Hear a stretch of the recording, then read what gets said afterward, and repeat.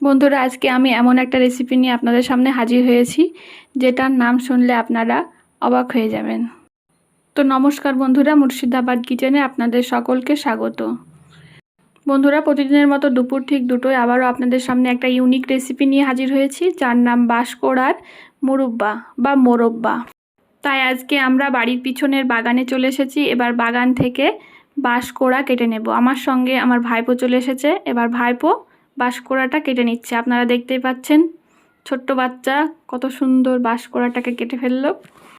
তো আমাদের বাঁশকড়াটা কাটা হয়ে গেছে। এবার বাড়ির দিকে রওনা দেব। বাড়িতে এসে আমার মাসিমা বাঁশকড়াটাকে কেটে দিচ্ছে। আর আপনারা এভাবে বাঁশকড়াটাকে খুব ভালো করে কেটে নেবেন, আর খুব সাবধানে কেটে নেবেন, কারণ বাঁশকড়াতে যে কালো কালো লোমের আকৃতির যে দানাগুলো থাকে তাতে হাত চুলকোয়। আমরা খুব ভালো করে বাঁশকড়াটাকে পরিষ্কার করে নিয়েছি। এবার বাঁশকড়াটাকে গোল গোল করে, মানে গোলা গোলা করে কেটে নিতে হবে। আপনারা এভাবে খুব ভালো করে কেটে নেবেন। আর বাঁশের মধ্যে যে নরম অংশটুকু থাকবে, ওই নরম অংশটুকুই আপনারা নেবেন। আপনারা দেখতেই পাচ্ছেন, নরম অংশটুকু আমি খুব ভালো করে কেটে নিয়েছি। এবার জল দিয়ে প্রথমে ধুয়ে নিতে হবে। বন্ধুরা, বাঁশকড়ার এই মোরব্বার রেসিপিটা অনেক ঔষধি বা মহা ঔষধি বলতে পারেন। এটা অনেক রোগ নিরাময় করতে সাহায্য করে। আজকের এই বাঁশকড়ার মোরব্বাটা আমি বানাচ্ছি না, আজকে আমার বৌদি আর আমার মাসিমা বানাচ্ছে। তো বৌদি জল দিয়ে খুব ভালো করে ধুয়ে নিয়েছে। এবার উনুনের ওপর কড়াই বসিয়ে দিয়েছে। কড়াইতে প্রথমে জল দিয়ে দিল। আপনারা এভাবে জল দিয়ে দেবেন প্রথমে। এবার জল দিয়ে খুব ভালো করে বাঁশকড়াটাকে ভাপিয়ে নিতে হবে। তার জন্য জলটাকে খুব তাড়াতাড়ি ফুটিয়ে নেওয়ার জন্য ঢাকনা দিয়ে জলটাকে ঢেকে দিল। এবার জলটা ফুটতে শুরু করেছে। এবার ধুয়ে রাখা বাঁশকড়াটাকে জলের মধ্যে দিয়ে দিচ্ছে। আপনারা এভাবে প্রথমে বাঁশকড়াটাকে ভাপিয়ে নিতে পারেন বা সেদ্ধ করে নিতে পারেন। তো কড়াইতে প্রথমে সমস্ত বাঁশকড়াগুলোকে দিয়ে দিয়েছে। এবার ঢাকনা দিয়ে ঢেকে নিয়ে খুব ভালো করে আমার বৌদি প্রথমে ভাপিয়ে নেবে। কিছুক্ষণ ঢেকে রাখার পর ঢাকনাটা তুলে নিয়ে দেখে নিচ্ছে বাঁশকড়াগুলো সেদ্ধ হয়েছে কিনা। তো এইভাবে সেদ্ধ করে নিতে হবে, এখনও সেদ্ধ হয়নি। আর আপনারা দেখতে পাচ্ছেন বাঁশকড়ার কালারটা কেমন চেঞ্জ হয়ে আসছে, কেমন হলুদ একটা কালার চলে আসছে। তো এইভাবে কালারটা পুরো চেঞ্জ হয়ে যাবে। আর আপনারা বারবার দেখে নেবেন কতটা সেদ্ধ হচ্ছে। আর খুব বেশি সেদ্ধ করবেন না, আবার খুব কমও সেদ্ধ করবেন না, খুব হালকা করে সেদ্ধ করে নেবেন। আমাদের বাঁশকড়াটা প্রায় সেদ্ধ হয়ে যাওয়ার মধ্যে এবার এইদিকে আমি একটা থালা নিয়ে নিয়েছি। থালার ওপর সুতির কাপড় নিয়ে নিলাম। এবার কাপড়ের মধ্যে খুব ভালো করে ছেঁকে নিয়ে বাঁশকড়াগুলো দিয়ে দেব। আর এভাবে কাপড় দিয়ে শুকিয়ে নিতে হবে, মানে হালকা করে আপনারা শুকিয়ে নেবেন। আর বাঁশে থেকে প্রচুর পরিমাণে জল বেরোয়, আর জলটা যাতে না বেরোয় তার জন্য এইভাবে শুকিয়ে নিতে হবে। বন্ধুরা, আমার ভাইপো খুব আগ্রহী, মানে এটা আবার কিভাবে হয় আর কিভাবে বানাবে পিসি। তো আমি বললাম তুই একটু ধৈর্য ধর, ঠিক দেখতে পাবি।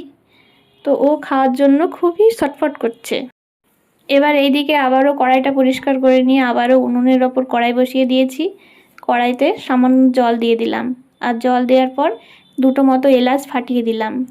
এবার খুব ভালো করে জলটাকে ফুটিয়ে নিতে হবে। তারপর এই তো 1 বাটি মতো চিনি দিয়ে দিলাম। তো আপনারা আপনাদের পছন্দ মতো চিনি নিয়ে নেবেন, মানে পরিমাণ মতো যতটুকু প্রয়োজন। আমরা এখানে 1 বাটি মতো নিয়ে নিয়েছি। এবার চিনির শিরাটা চ্যাটচ্যাটে হয়েছে কিনা তা আপনারা হাত দিয়ে এভাবে দেখে নেবেন। তো হাত দিয়ে মাসিমা দেখে নিচ্ছে। এবার চিনির শিরাটা রেডি হয়ে গেছে। এবার আমরা বাঁশকড়াটা, মানে ভাপিয়ে রাখা বাঁশকড়াটা চিনির শিরার মধ্যে দিয়ে দিলাম। এবার খুব ভালো করে নাড়াচাড়া করে নিতে হবে।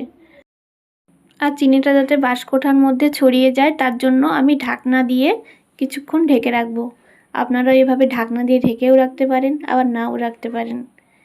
এবার কিছুক্ষণ পর ঢাকনাটা তুলে নিয়ে মাসিমা ভাবলো একটু লবণ দিই, তার জন্য সামান্য লবণ দিয়ে দিল। আর লবণটা আপনারা নাও দিতে পারেন, আপনাদের জন্য অপশনাল। লবণ দেওয়ার পর আবারও খুব ভালো করে নাড়াচাড়া করে নিতে হবে। আর এইভাবে চিনির শিরাটাকে আস্তে আস্তে শুকিয়ে নিতে হবে, যাতে মোরব্বার আকৃতি হয়ে যায়। আর আপনারা অনেকেই হয়তো জানেন যে চাল কুমড়োর মুরব্বা কীভাবে বানায়, সেম ওই রকমভাবেই বানিয়ে নিতে হবে। বন্ধুরা, আপনারা হয়তো অনেকেই ভাবছেন যে বাঁশের আবার এরকম রেসিপি হয় নাকি। হ্যাঁ বন্ধুরা, অনেক রকম রেসিপিই হয়, কিন্তু আমরা জানি না। আর এখন আমরা আধুনিক হয়ে গেছি, আর অনেক রকম রেসিপি আমরা আধুনিক যুগে দেখতে পাচ্ছি, আর আধুনিক যুগে এটাও সম্ভব।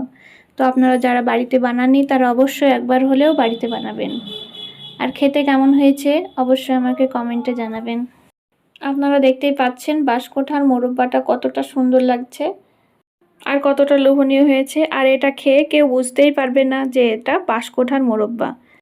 বন্ধুরা, আজকে দাদিমা নেই, কারণ আমি মায়ের বাড়ি এসেছি। তো আজকে আমার বাঁশকোঠার মোরব্বাটা আমার ভাইপো ভাইজি খাচ্ছে, আপনারা দেখতে থাকুন। তো বন্ধুরা, ভিডিওটি ভালো লাগলে ভিডিওটিতে একটা লাইক দেবেন আর আমার চ্যানেলটিকে সাবস্ক্রাইব করে আমার পাশে থাকবেন। আজকের মতো এখানেই বিদায় নিচ্ছি। ভালো থাকবেন, সুস্থ থাকবেন, ধন্যবাদ।